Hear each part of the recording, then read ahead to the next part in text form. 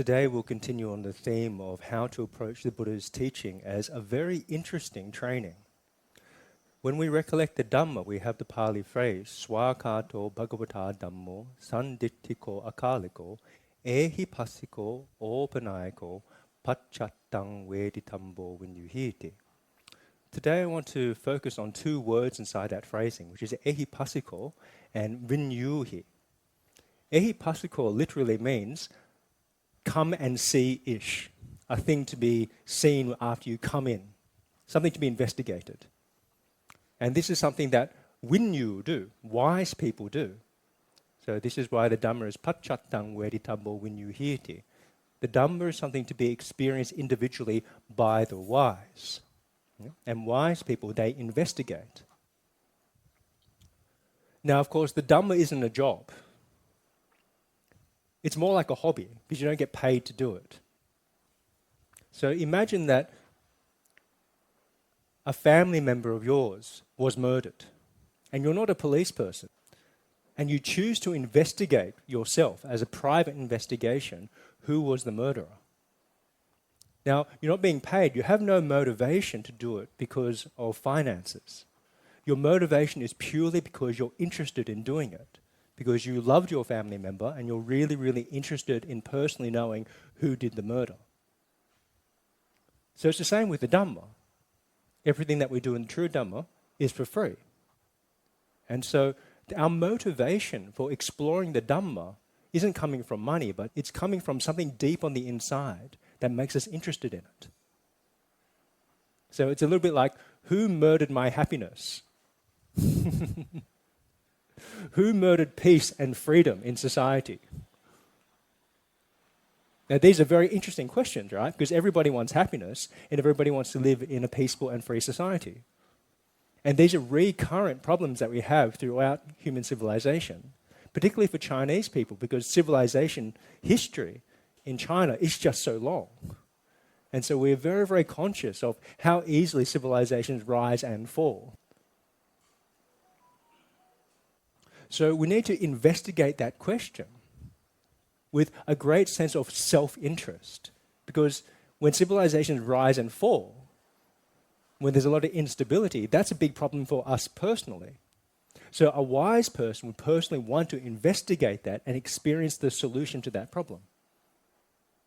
In the same way, we all suffer, we all want to be happy, and we want to personally experience the happiness that comes from the Dhamma. So we need to personally investigate. When we remember this, then the Dhamma becomes something very, very interesting to young people, middle-aged people, and old people, to both gods and humans, even to the Petas who are willing to listen even for a moment. Now, the training, however, is a step-by-step process. So TIMS is the Typing Insight Meditation Society. There are many, many meditation societies, and they're really clubs all the way around the world. People are learning all the way around the world how to meditate now, usually at retreats. And this is a wonderful thing. It's great that lots of people are meditating now, rather than simply praying for the favors of the gods, or simply just running after more and more money and getting all the favors that comes from being a rich person with money. But we have to remember there's an order in the training of the Buddha Dhamma of Sila, Samadhi, Panya. So when we do Samatha and or Vipassana meditation, what we're training in is Samadhi and Panya. And what we often forget is that the first step is actually Sila. Put up your hand if you know of any Sila clubs. Is there any typing Sila society, the TSS? So there are moral uplifting societies. Okay, so that's really good. But you see, in order to improve our Sila, it's not just a matter of applying our precepts. It's just as much as a puzzle how to keep your Sila as how to practice Samatha or Vipassana. You have to apply your intelligence. You have to investigate and do it as an interested and intelligent person. That way you can have fun doing it. That way, it's like a hobby. Nobody forces anyone to play the guitar if that's their hobby. Yeah? If it's a deep hobby, they just want to play their guitar all the time. Whether they're at work, whether they're driving. Actually, on the inside, they really want to play the guitar, and they're always thinking about playing the guitar. Because they derive a deep sense of pleasure and happiness from playing the guitar. So their mind is always inclined in that direction. Now, of course, there are some people who are very good at playing the guitar and some people who are not so good at playing the guitar. And there are some people who spend their entire lifetime practicing how to play the guitar and they still don't get that good at it. So what's the difference between one person's practice and the other person's practice?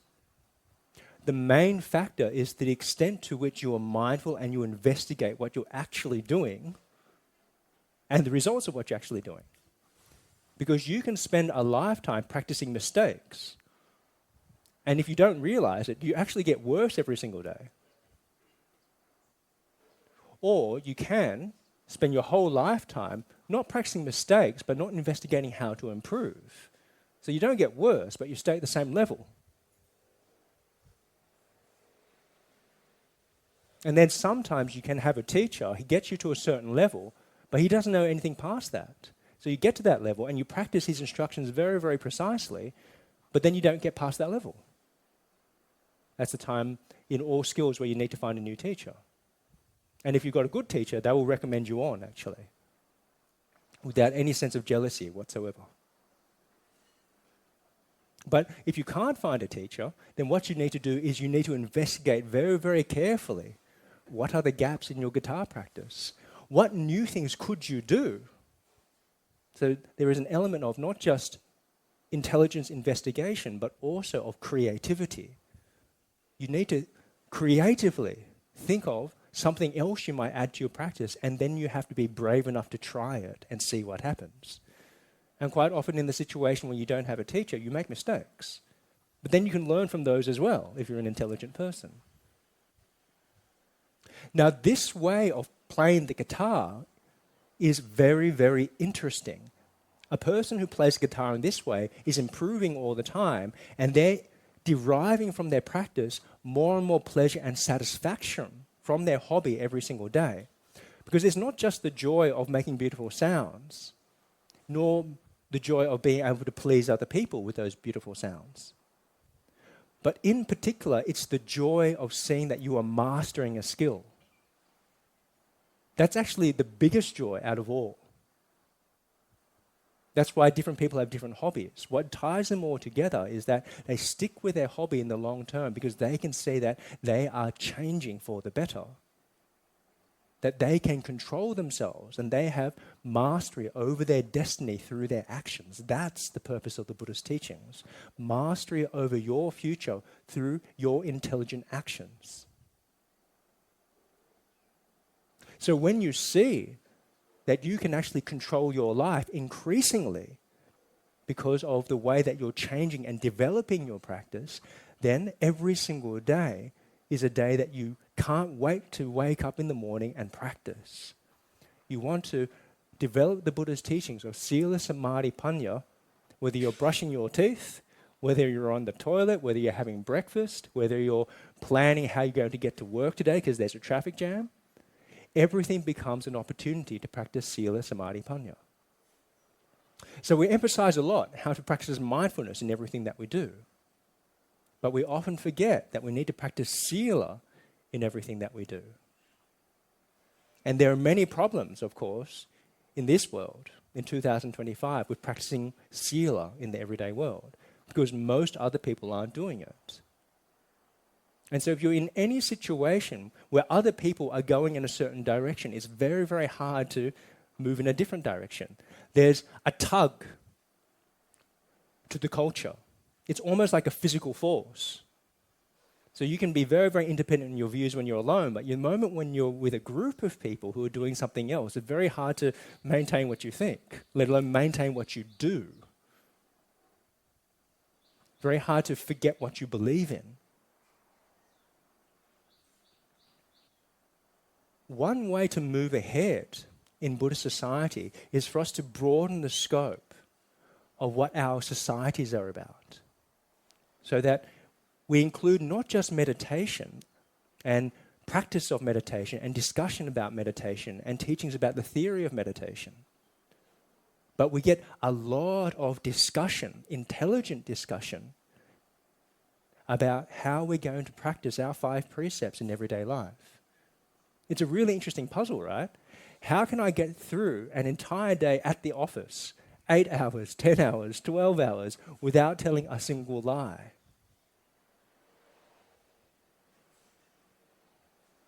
Remember, sila comes before samadhi and panya. So if you can't get through that 10 hours without telling a single lie, it's going to be very, very hard for you to practice mindfulness meditation at the end of the day, let alone mindfulness meditation the next morning after you've woken up from a whole lot of bad dreams. So this is actually what we might call low-lying fruit in our practice. Low-lying fruit refers to when you've got a big tree full of fruit, and then some of the fruit's up high in the tree, it's hard to get. Yeah? And then some of the fruit's really low, and it's easy to get. Now, imagine a man just develops the habit of ignoring the low-lying fruit, and he keeps taking the high-lying fruit. Yeah? And then he comes to a stage where he feels like he can't get any more fruit from the tree, and he doesn't know where to go. And then somebody just reminds him, well, did you notice that there's a low level on the tree where there's still fruit? Yeah.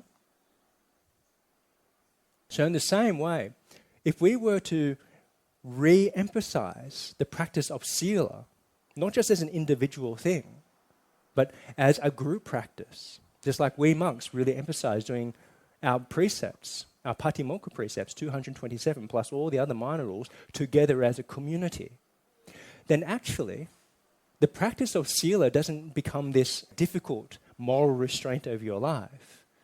It becomes a really joyful group practice. Just like people regularly come to retreats because what they really like is being able to sit down together and meditate together with other people. It's much harder to do it when you're alone. There's a sense of camaraderie. There's a sense of security. There's a sense of joy in seeing yourself and seeing your friends progress in your meditation. We can do exactly the same thing with our sila. Yeah? Where, say, every 2 weeks, or every 1 week, like Christians at church in the old days, people come together and they discuss, okay, how did we go with our sila this week? Did we manage to get through the whole week without killing, stealing, committing sexual misconduct, lying, taking drink and drugs? Particularly the 5th one, right? Yeah, it's a real puzzle. How do I maintain my friendships? How do I maintain my relations with my family without drinking when everybody else is drinking and everybody else thinks that it's fine? And if I say something, they may think that I'm just really uptight and they don't want to be friends with me. So, of course, everybody's life situation is slightly different, so I can't give you blanket answers about how to keep all of the different precepts. Yeah? What I can tell you that it is possible. You don't have to be a monk. Yeah? Monks find it hard to keep their precepts. And in good monasteries like SBS, what we do is whenever we break a precept, then we confess it. We lay it out. Yeah, we redeem ourselves by laying it out, the first R of the 4 R's of regret, as taught by Bhante Aggacitta. And then we resolve to not do it again. Yeah? And we do that together with another person. And then we restrain ourselves next time round. But we restrain ourselves because when we resolve to not do it again, we have an intelligent and interesting discussion with a fellow monk about what we're going to do to change our habits. Yeah? What might work, what might not work, what we've done before and hasn't worked, and have an intelligent discussion, why didn't that work? What might work better for me? Now, this is Bhante Arya Dhammika's approach to teaching meditation. You know? He doesn't just teach a set method, but he looks very, very carefully at every individual, takes an interest in their life to find out what would work for them and what doesn't work for them. So unfortunately, Arya Dhammika Bhante can't have an interview with every single person inside this room, let alone every person inside this world. But what people can do is they can get together with each other if they're genuine about the Buddha Dhamma. Take interest in your behavior, not just your meditation. Be mindful, but have the motivation that I need to remember what I've done. And I need to remember all the things that caused what I did so that I can work out with my friends, my kalyana mitra, my spiritual friends, what I can do to change, effectively change, not just try and fail. It's okay to try and fail, but after you fail, you need to try something else. Yeah? It's no good just to try and fail and say, oh, that's my karma, I can't change. You want to take a very interested and empowered, positive approach to your life. So again, in this way, you're actually mastering yourself. You're not mastering a guitar. You're mastering your karma of body, speech, and mind. And that's a very, very interesting project for you, because by mastering your ability to make good karma and not make bad karma, that you are going to be happy, healthy, peaceful, and free. And that is the way, if you do it as a group, that your group will be happy, healthy, peaceful, and free. Now that's a message you can sell to anyone, whether young, middle-aged, or old. Hey, let's get together so that we can help each other be happy. And then at a later stage, you can convince them that rebirth is real and say, hey, let's get together to build a ladder that we can all use that goes to the heavens. And then at a later stage, when you can get people to understand what Nibbana is all about, you say, hey, let's all get together to build a ladder that goes past the heavens all the way to Nibbana, so we get the ultimate holiday. We never have to do any work ever again. So please remember, whenever you're feeling a little bit flat inside your practice, to take an interest in your life, to take an interest in your happiness, and see that your Dhamma practice is actually all about this thing that you're very, very interested in, increasing your happiness and getting rid of your suffering, increasing the happiness of everybody that you care about, and decreasing their suffering as well. In this way, we can support each other to making a better life for ourselves here and now, attaining the heavens in higher and higher levels, as well as attaining Nibbana as the final goal. That's my talk for today.